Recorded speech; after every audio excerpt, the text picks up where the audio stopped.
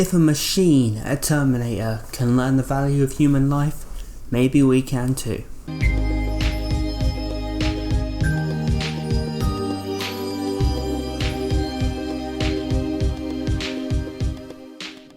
Hey people, my name's Jim and you have landed on Planet Rewind, and in this video we're going to be ranking the Terminator series, from worst to best.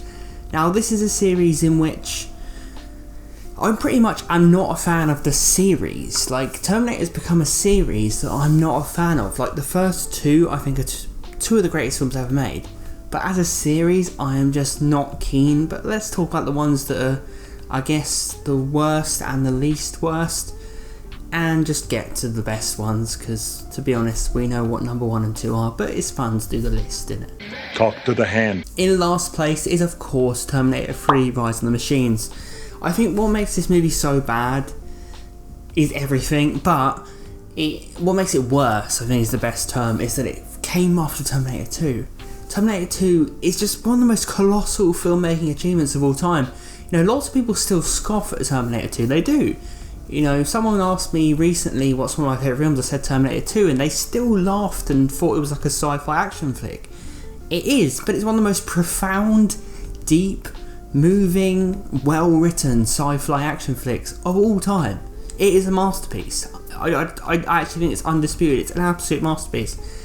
And then we've got Terminator 3, which is basically Terminator 2, but shit. Everything about Terminator 2 gets recycled in Terminator 3 in a worse way. Everything about it is worse.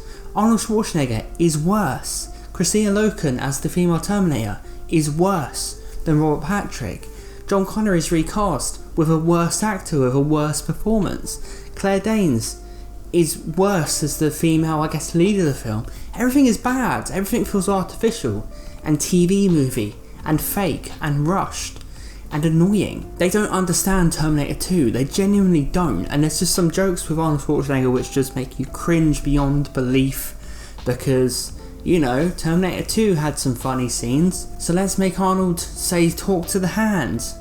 That'll be funny, right? I think another problem is to Arnold to come back to the role after he's become famous as just this actor who kind of says things, like I love Arnold, but when he done Terminator 2 he didn't have this weird kind of fame of we quote him all the time. Now we quote him all the time, it's harder to buy him as this emotionless killer, and they actually thought, you know what, we'll bring in Arnold's quotable ways into the Terminator. And it just doesn't work. It makes him less believable, makes him less entertaining, makes him less convincing. The truck chase, I think it's shit. I genuinely think it's absolute dog shit. I do. I think it's shot in day. It just looks really lifeless and bland, and it's just in there because we have to throw in a Terminator action scene at the start. Arnold acts like a video game character in it, going bang clang into the side of stuff. Yes, okay, it's got some decent shots in it, but ultimately I find it an unexciting chase, and that's all that people talk about when it comes to Terminator 3 is that chase. So decent because of that chase. Like, what? Next on the list of these terrible, terrible sequels is Terminator Genisys. Dear God, it was hard to pick between Terminator Genisys and Terminator 3 I thought was worse. Dear God. Terminator 3 is worse because it follows Terminator 2, it tries to be the same thing, it tries to make you believe that you're still in the same world, that you're still with the same characters. But Terminator Genisys pretty much says, sod all that, you're in something new now, and we don't even know what the fuck it is. This movie has no idea what it's doing. It generally doesn't. It's taken the name Terminator and just said, we're gonna run with it in our own direction. We just are. And on paper, it sounds good. You know, on paper they kind of sold the idea of the movie for me, which was kind of like Back to the Future 2 with Terminator. I thought they were going to be going back to the events of the first two films and engaging with that timeline. They didn't. It's one scene. It's one scene, and like that's supposed to be this kind of time-bending scene. That's the only moment that we see replayed. I thought we were going to have that, and at this stage in the franchise, it's probably the only thing you can do other than actually do a movie about the war, which I've been asking for ever since this series had sequels. There's never been a movie about the war. Salvation doesn't count, and we'll get to that. I don't understand. Like, we want to see the war. We want to see it now. But all we get constantly is this storyline replayed of Terminators coming back. And I know that's the concept that made Terminator 2 good, but it doesn't mean that it's the only concept that can work in Terminator. Emilia Clarke was horrendous as Sarah Connor. You know, everyone loves her from Game of Thrones. She was phenomenally bad as Sarah Connor. She is nothing like Linda Hamilton. She is not convincing. She's annoying. Her acting isn't great. Kyle Reese is played by Jai Courtney in one of the worst performances I have seen in movies in 15 years. And I'll say that. I don't even hate Jai Courtney as an actor. I think he is scarily bad in Terminator Genisys. It doesn't help that Michael Biehn's performance in Terminator 1 is wiry. It's full of this aggression, this fire, this energy, this nervousness. Jai Courtney's nothing. Like, he's literally straight on looking at the camera, emotionless.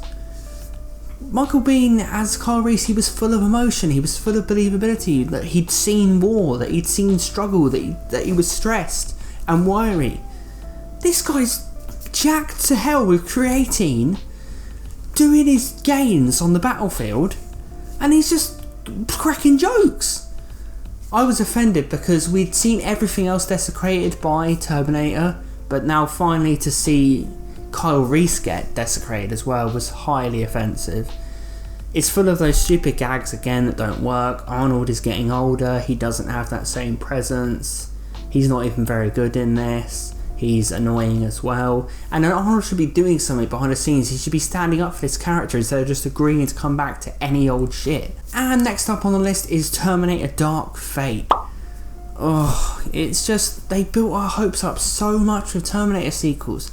Like Terminator 3, I remember as a kid, I was pumped. And I came out of that cinema as a young kid, knowing it was wrong, but just not being able to articulate it. You know, I'd been watching that Terminator 2 VHS so much, and just to see Terminator 3 again, see Arnie again, clouded my vision. I enjoyed it when I was there. But there's something about it, I just knew it was wrong because I knew that they were just failing to recapture lightning in a bottle, and they keep trying to do it. And there are some sequels that you obviously cannot recapture that lightning in a bottle. You obviously can't, and Terminator is one of them. You know, they've tried so many times to get a good Terminator sequel, and they always try and recycle what we've seen. They never try and show the war.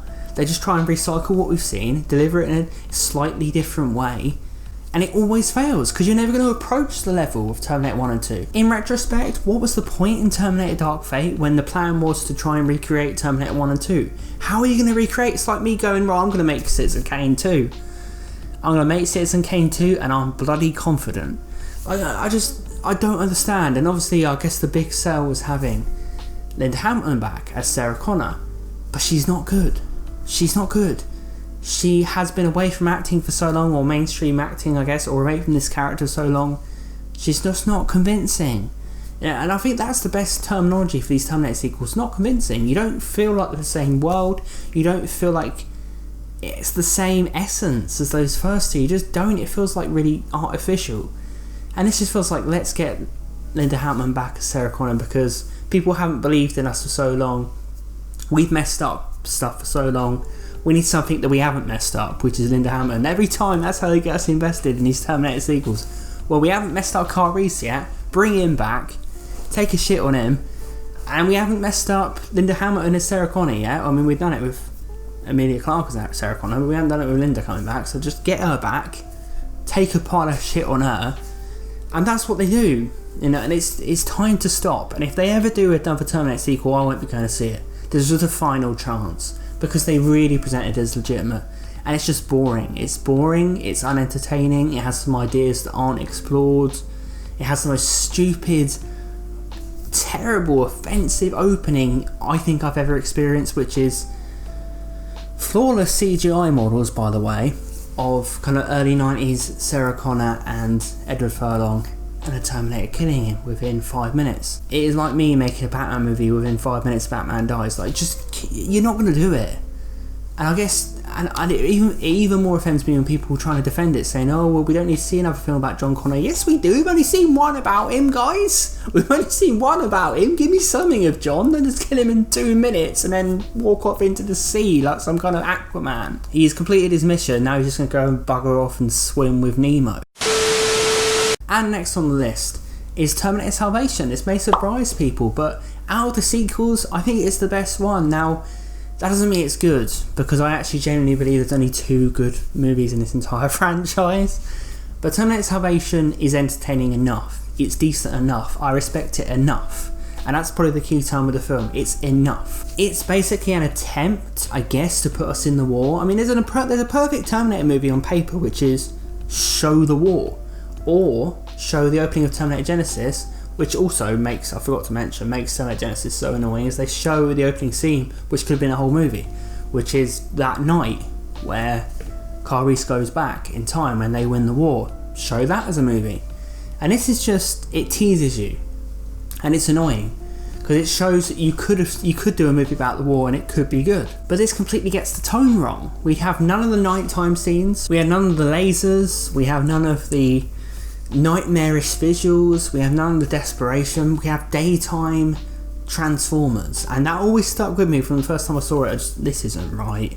We should be seeing this. And we are seeing it. And it frustrates you because you're seeing kind of what you want a bit, because you're like, oh, this is cool. We're seeing Terminator actual battle scenes. We're seeing actually John Connor again, played by Christian Bale, actually being an actual fighter, an actual warrior. So that's pretty cool. But it's kind of like they try to write too much. They're like, oh, we need to do it. We need to try and make this different enough. But the thing is, you've been recycling Terminator so much in sequels. But the one thing you hadn't done was just shown the war. You don't have to rewrite it because you've never shown it. But I liked Christian Bale's performance. I did. I thought it was quite believable as John Connor. I thought it was quite a good choice. I like some of the creative elements, kind of the half Terminator that they have in the film. I like seeing Arnie at the end. The movie kept my attention, and that's, I've got to take my hat off to it for that. And it's some decent ideas, like having Kyle Reese in there, having the timelines sort of changed. I guess it's more visually that I disagree with Terminator Salvation on, because it just doesn't create the atmosphere that I expected. It just comes across as an action movie we would see at that time, just not a Terminator sequel. Oh, good for you! And how was it? I hope it was fucking good, because it's useless now, isn't it? And number 2 is The Terminator from 1984.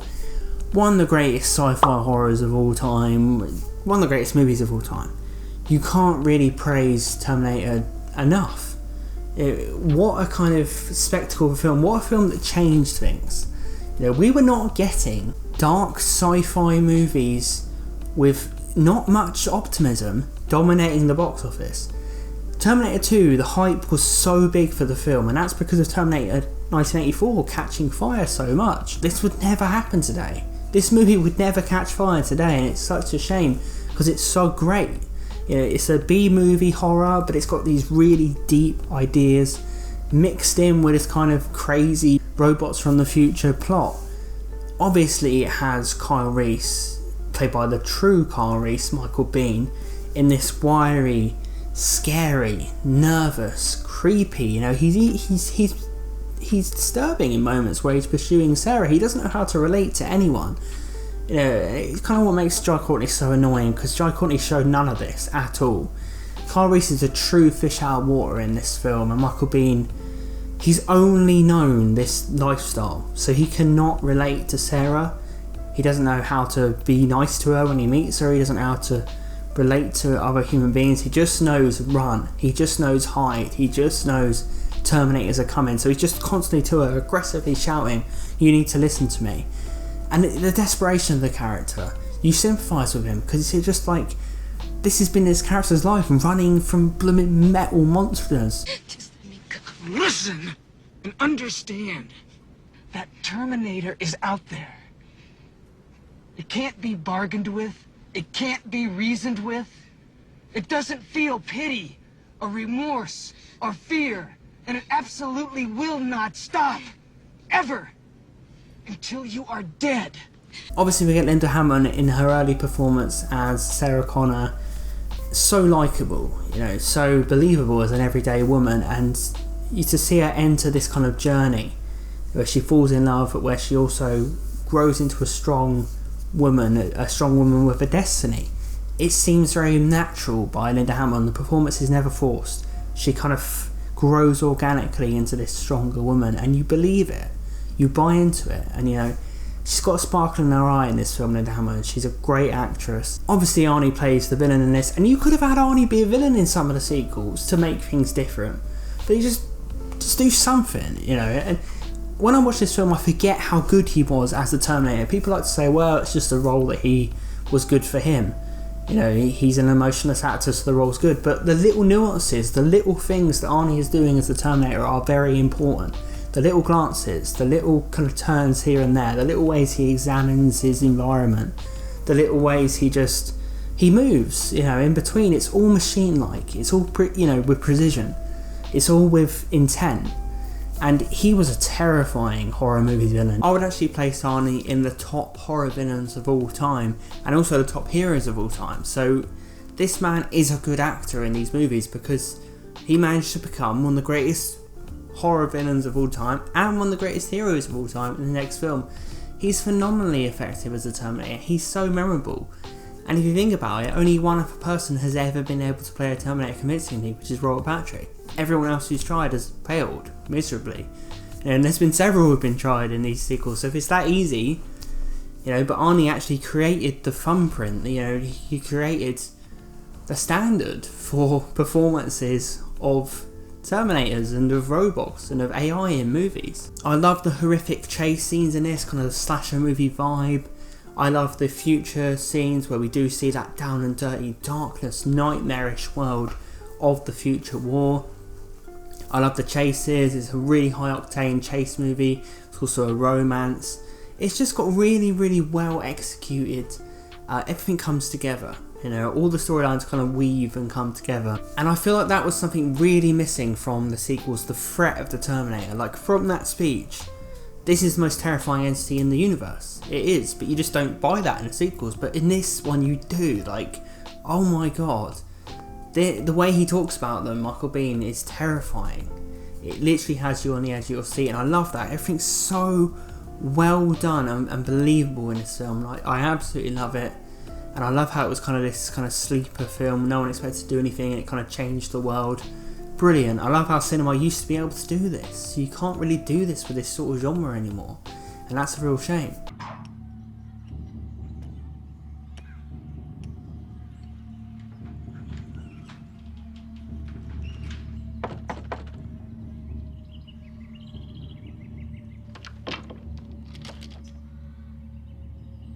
Sarah Connor? Yes?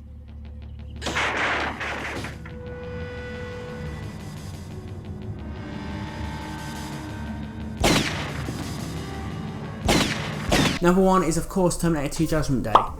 How could it be anything else? How could you not put this at number one? I know lots of people do view Terminator as better, but for me, Terminator 2 is the best of both worlds. You know, it's a mainstream action piece. You know, it had so much merchandising going in, it had so much hype going in, and it had Arnold switch, which was so smart.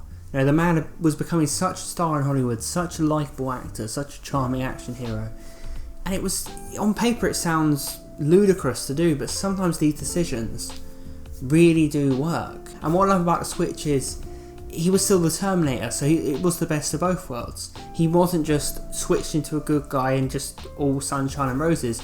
No, he was a bad Terminator. His only difference was he was going to protect this kid, but he was still a Terminator. He still tries to kill everything in sight that isn't John. I love that whole relationship between John and the Terminator, and the way he tries to teach him the value of human life. The film is all about the value of human life. It's a film about empathy. It's a film about sympathy. It's a film about our effect on each other, our effect on the world, our reliance on AI, all that stuff, about family, about love, about the importance of realising the terror of murder. You know, what we shouldn't be doing. We shouldn't be taking for granted that murder's going to happen. We need to be more like John Connor, who tries to prevent even one murder happening. Edward Furlong as John Connor, I can't believe they've done it. I mean, Terminator 2 is such a lightning in a bottle because obviously they got Arnie to turn and it was worked and it was brilliant, but you also found one of the greatest young actors of all time, which was Ed Furlong as John Connor. I don't know how they done it. I do not know what happened. James Cameron was walking around, he went, him there.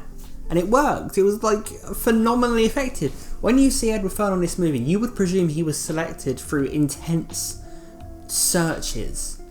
But he wasn't. He was a kid on the street. The cameraman went, yeah, we'll take him. And it worked. And it's just organic. He's so believable, but he is so unbelievably likeable. You know, he is a 12-year-old boy. He has all the failings of a 12-year-old boy. All the mischief of a 12-year-old boy. But you can see this kid, why he would go on to become John Connor, because he cares. He cares deeply about people, because he hears that one murder is going to happen and he has to stop it. He doesn't want his mum to kill someone who's going to stop, you know, the human race being wiped out. I mean, that's a paradigm shifter. And John Connor's a paradigm shifter. You know, like when he goes to stop Sarah is shocked that he came, but then she realises, oh, hang on, of course you did, you're John Connor. I'll be okay. I'll figure something out, okay? Promise. You came here to stop me. Yeah, I did. I love you, John. Obviously, Linda Hamilton comes back as Sarah Connor in a completely changed performance also. We talk about Arnie being flipped from Terminator. Linda Hamilton's character's flipped as well. She's now this bonkers, psycho bitch queen from hell. And she's just tough. She's in a mental institution. No one believes her. She's broken down. She's learned how to defend herself. She doesn't have a relationship with John anymore. This is what would happen if you had this knowledge. It would make you bonkers. And she is, in this film, bonkers. And you know, she's so quick to anger, she's so dark, she's so gritty, but John melts her heart, and John is at the core of this, you know. He melts her heart. He melts the Terminator's steel heart. He melts the Terminator's steel heart. He helps the Terminator feel again, but he helps Sarah feel again. And I love that. It feels like something that they don't talk about often with Terminator 2, how John is at the heart of the story. Everyone around him benefits from him. And again, it's not pushed down your throat. It's not like he's this glowing beacon of hope. It's just his genuinity that wins people round. And I love that, because Terminator 2 is a subtly written film. It's full of sci-fi depth and ideas, but it delivered subtly. You know, there's a real flow to Terminator 2. It's never preachy, so of course people can go and see it and just get a popcorn ride if they want. People who are looking for more can also go and see it and get a hell of a lot more. So there's so much in Terminator 2. And obviously the cinematography is sensational. James Cameron's direction is wonderful. It's one of the best directed action films of all time, if not the best. The action scenes have incredible spectacle, incredible high octane grit and intensity, and just physical realism. You know, everything feels believable on screen. Again, this is before CGI came in and ruined everything. And you know, the CGI that is used in this is when it should be, to have Robert Patrick as a T-1000 be believable. That's when you have to have CGI to make things more believable, not to make them less. So the chase scenes are fantastic. I love the blue metallic tone put over the screen. Everything is just, there's so many little elements in Terminator 2 to create a visual style of the machines looming over everything. It really does feel like Judgment Day is looming over the proceedings. And I love this film. It's a wonderful piece of work. I've seen it in the cinema, I think a couple of times. It really is in my top 5 films of all time. It's a stunning piece of work.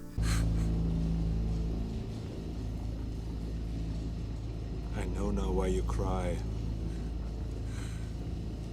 But it's something I can never do.